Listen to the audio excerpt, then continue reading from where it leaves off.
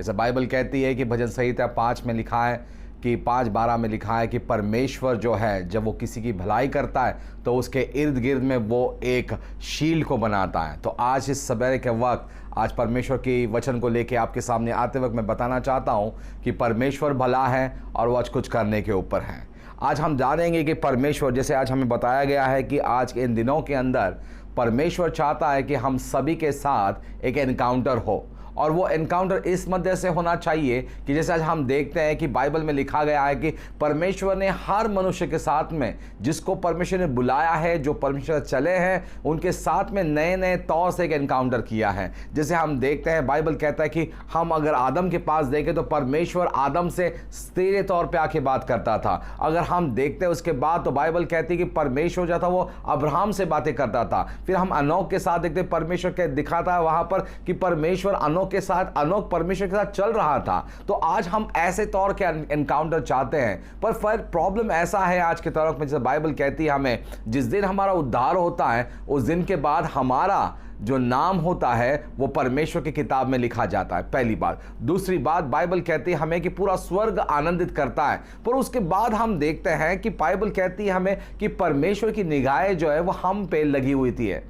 पर उसके लिए और क्या करना चाहिए? अगर परमेश्वर की निगाहें अगर हमारे पर लगी हुई है तो हमें क्या करना जरूरी है इन दिनों के अंदर? सबसे पहली बात यह है, अगर परमेश्वर उसकी निगाहें हमारे पर लगा रखा है तो उसका कारण एक है कि वो हमसे कुछ और चीज को चाहता है और वो हमसे एक संबंध चाहता है। और प्रियो, एक बात को जान लो, इस सवेरे के वक्त परमेश्वर आज आप लोगों के साथ में एक नया संबंध जोड़ना चाहता है, और वो संबंध वो ये है कि वो एनकाउंटर इस तरह से देना चाहते जैसे दुनिया देती नहीं। इसलिए यूहन्ना किताब में लिखा है जैसे जग आपको शांति नहीं देता है, जैसे परमेश्वर आपको बहुताई की शांति देना चाहता है। तो सबसे पहली बात इस बात को ध्यान में रखें कि परमेश्वर जो है वो क्या करता है इस एनकाउंटर के लिए हमारे जीवन में। नंबर 1, जब परमेश्वर के साथ में हमें एनकाउंटर चाहिए तो सबसे पहली बात हमें रोजाना परमेश्वर के साथ में एक नया संबंध को जोड़ना चाहिए। जब हम परमेश्वर के साथ एक नया संबंध जोड़ते हैं, उस संबंध से हमें पता चलता है कि परमेश्वर और हमारे बीच का जो फासला है वो कितना कम हो जाता है। क्योंकि जब हम परमेश्वर का संबंध जोड़ते हैं तो हमें यह पता चलता है, जैसे बहुत से लोगों ने अपने लाइफ के अंदर एक चित्रीकरण कर रखा है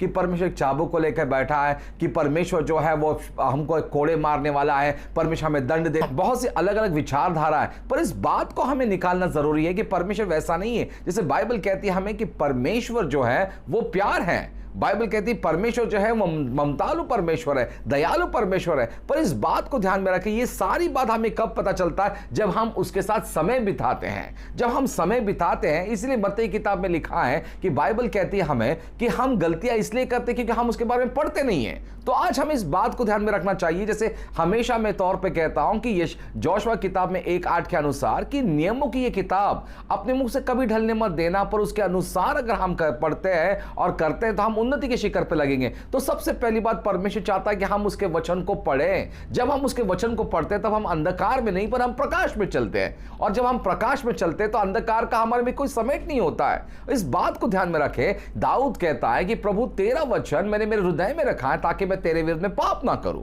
तो आज हमें इस बात को जानना बहुत जरूरी है कि परमेश्वर का वचन जो है वो हमें क्या करता है। परमेश्वर का वचन जो है वो परमेश्वर के हमें इतना निकट ला खड़ा करता है ताकि वो हमारे अंदर वो विश्वास को उत्पन्न करता है। और जब वो विश्वास उत्पन्न होता है हमारे अंदर, तब कुछ तो होने को होता है। सबसे पहली बात ध्यान में रखें, परमेश्वर आपके जीवन में एनकाउंटर करने से पहले वो आपके अंदर विश्वास की आत्मा को उंडेलेगा, वो आपके अंदर डालेगा। और जब विश्वास की आत्मा हमारे अंदर आती है तो हम विश्वास की भाषाओं से एनकाउंटर में होते हैं। इसलिए परमेश्वर का वचन कहता है, भजन संहिता 107 में लिखा गया है कि परमेश्वर ने कहा कि उसने अपने शब्दों को भेजा। इस बात को देखिएगा, जब परमेश्वर ने खुद को लोगों के साथ में एनकाउंटर करना था तो सबसे पहली बात उसने क्या किया, उसने चंगाई के शब्द को भेजा। क्योंकि परमेश्वर जानता है कि उसके लोग बीमार हैं, दुख में हैं, तकलीफ में, तो उसने इसके शब्दों को भेजा। इसलिए आज जब हम लोग उसके शब्दों, बाइबल कहती है हमें कि यीशु के पास एक व्यक्ति आया और वो व्यक्ति रोमी सिपाही था, उसने क्या कहा, मेरा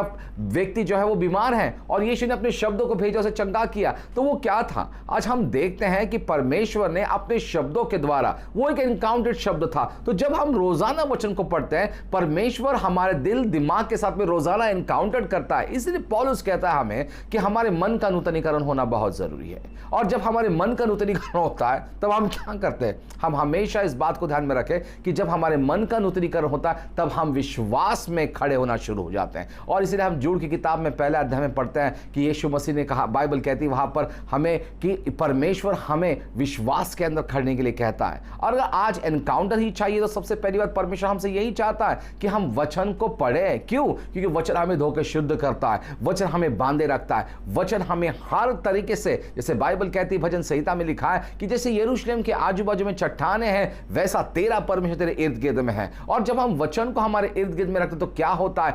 वो जो विश्वास होता है, वो विश्वास हमें मदद करता है कि हम परमेश्वर के साथ में एनकाउंटर करें। और ये एनकाउंटर आज के तौर पे हम देखते हैं वो ये होता नहीं है कि लोग हालेलुया प्रेज द लॉर्ड कहते, वो एनकाउंटर नहीं है, वो तो परमेश्वर को धन्यवाद देने का माध्यम है। पर रियल एनकाउंटर अगर हमें चाहिए तो हमें क्या चाहिए? एक समर्पित जीवन। और समर्पित कहां से हो सकते हो? इसीलिए तो हमें परमेश्वर के नियमों की किताब को पढ़ना जरूरी है।